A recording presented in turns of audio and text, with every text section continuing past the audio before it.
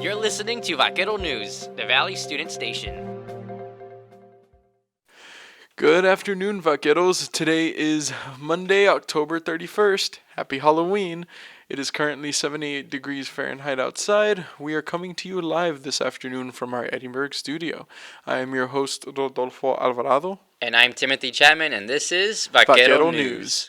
This past month was Breast Cancer Awareness Month, and some people had different ways of showing support for those affected by the disease. Here's Timothy Chapman with more. Every year, Breast Cancer Awareness Month runs from October 1st and ends on the 31st. Medical experts from all over the world educate people on the importance of taking care of one's health. Subhash Chauhan, professor and chairman of Immunology and Microbiology Department at the UTRGV School of Medicine, recommends women to attend regular checkups because they are susceptible to breast cancer. So breast cancer is probably one of the most frequently diagnosed cancer in women. It is really a big deal when women deal with the breast cancer, because at least every 1 in 5 women, they are going to experience this problem in their lifetime.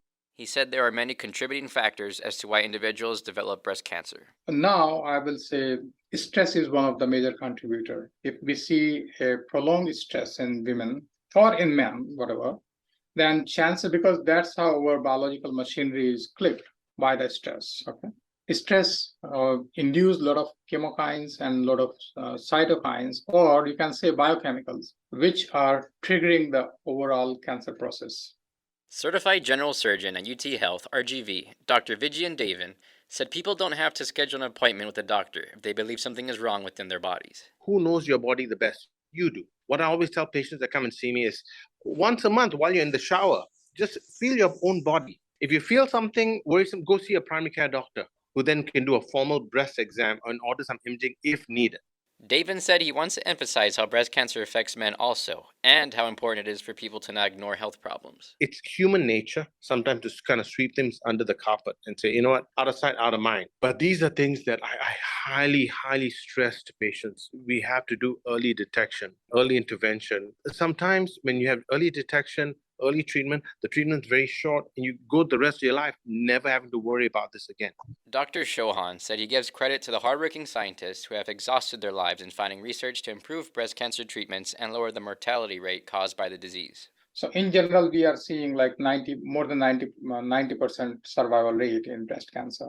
This all happened because a lot of investment was done for breast cancer research. For more information on breast cancer awareness, visit the Centers for Disease Control and Prevention website. This is Timothy Chapman for Vaquero Radio.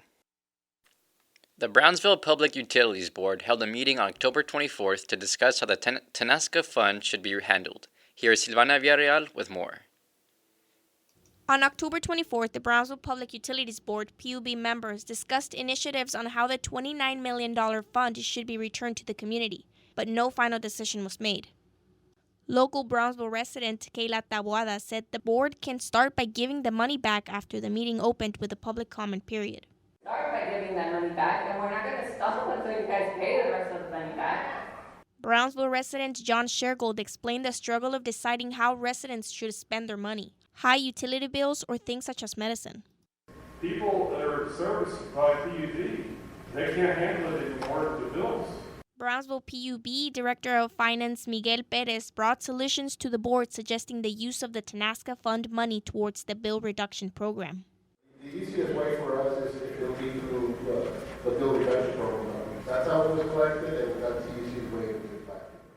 BPUB Vice Chair Patrick Sampaio said the community should be consulted through mediums such as town meetings and workshops before making any decisions on the funds. What we've heard from the community is that maybe we should do a better job of listening first. Mayor Trey Mendez said the overwhelming sentiment from the public is wanting the money back, and not taking any action only delays the matter further. How much time, what percentages is for us to decide? The board unanimously passed a resolution motioned by BPUB board member Arthur Art Rendon to create a committee and move forward. The committee is set to discuss how the money should be further handled. It will be made up of Mayor Trey Mendez, Commissioner Roy de los Santos from District 3, Commissioner Pedro Cardenas from District 4, and 3 PUB board members, also including Mendez. This is Silvana Villarreal with Vaquero Radio. Up next, the UTRGV Chess A and B team came back from the Texas Supercollegiate Finals in Dallas with 3rd and 4th place. Here's Timothy Chapman with more.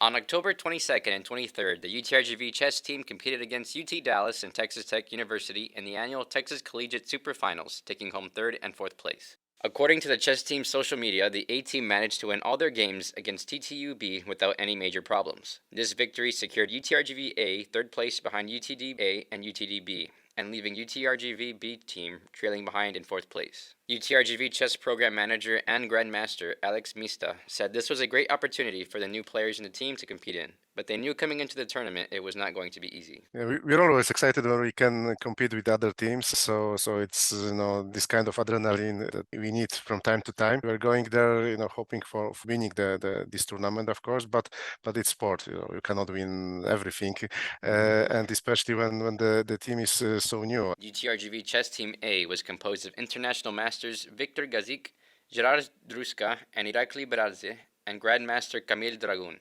Team B was composed of international masters Tianchi Wang, Thomas Bettini, and Ikin Baris Ozener, and FIDE master Jakub Fus. He said although the chess team was used to winning this competition, it is important to look back on the team's performance and be proud of the effort it put in. You have to remember also that 3rd place is also a success, so it's not like a disaster, but you are used to winning in this competition, and maybe that's a small disappointment because we hoped for more. Grandmaster Camille Dragun said he had a positive attitude, even though the results did not go in their favor. Well, everything what could go wrong basically went wrong, so I would say that's pretty unfortunate, but this happens from time to time. Like one match can take your chance to win the tournament, and this is basically what happened to us.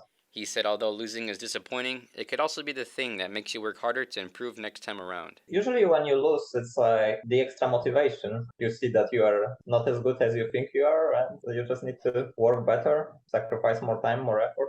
Mista said the Vaqueros did not give up throughout the tournament. They were fighting the very last moment, trying to find chances to win their games. The UTRGV chess team's next big tournament will take place in January 2023. This is Timothy Chapman for Vaquero Radio. And McLean goes up and throws down a monster dunk. That fires up the UTRGV field house. Now time for Vaquero Sports. Hey Vaquero Nation, this week in sports we have the UTRGV men's basketball team going against Concordia University at 6:30 p.m. Wednesday at the Fieldhouse in Edinburgh. Then the UTRGV volleyball team will hit the road to battle Seattle University at 8 p.m. Thursday. Next we have the UTRGV men's soccer team will take the field against Houston Christian University at 6:30 p.m. Saturday in Edinburgh. And this is Vaquero Sports with Isaiah Peña. And now for this week's events calendar. These are the announcements for the week. Early voting locations will be available throughout UTRGV campuses. It will be available in the BINAP building in Brownsville and the East Stack building in Edinburgh. The Healthy Vaqueros 5K run or walk for 2022 will be happening November 1st through Sunday, November 13th. National Adoption Awareness Heart Gallery of South Texas will be hosted in the Children's Museum of Brownsville from Thursday, November 3rd at 6:30 to 8:30 p.m. The second annual Dia de los Muertos Art and Car Show will be hosted at Hacienda Ford on University Drive, Edinburgh, Texas, on Tuesday, November 1st, starting at 5:30. Those were the announcements for the week. Have a great one, Vaqueros. Now for this week's campus weather report. Hello Vaqueros, this is the forecast weather for the week. Today in the valley is mainly rainy with a high of 67 degrees Fahrenheit and a 70% chance of rain. For Tuesday, it's partly cloudy with a high of 67 degrees. The rest of the week is expected to be partly cloudy with highs of 72 and lows of 48. This is Amira Garcia with the weather report.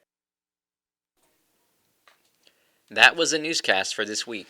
Make sure to download the Radio Effects app and listen to your favorite DJ shows by favoriting Vaquero Radio, and check out our YouTube channel so you can watch our newscast and have the latest news from UTRGV. You can also watch KVQ TV on social media or on VCast monitors around campus. And if you are on campus, don't forget to pick up the Writer newspaper physical issue from the main newsstands around campus.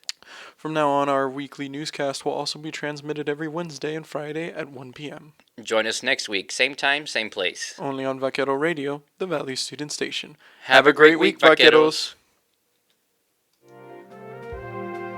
This has been Vaquero News.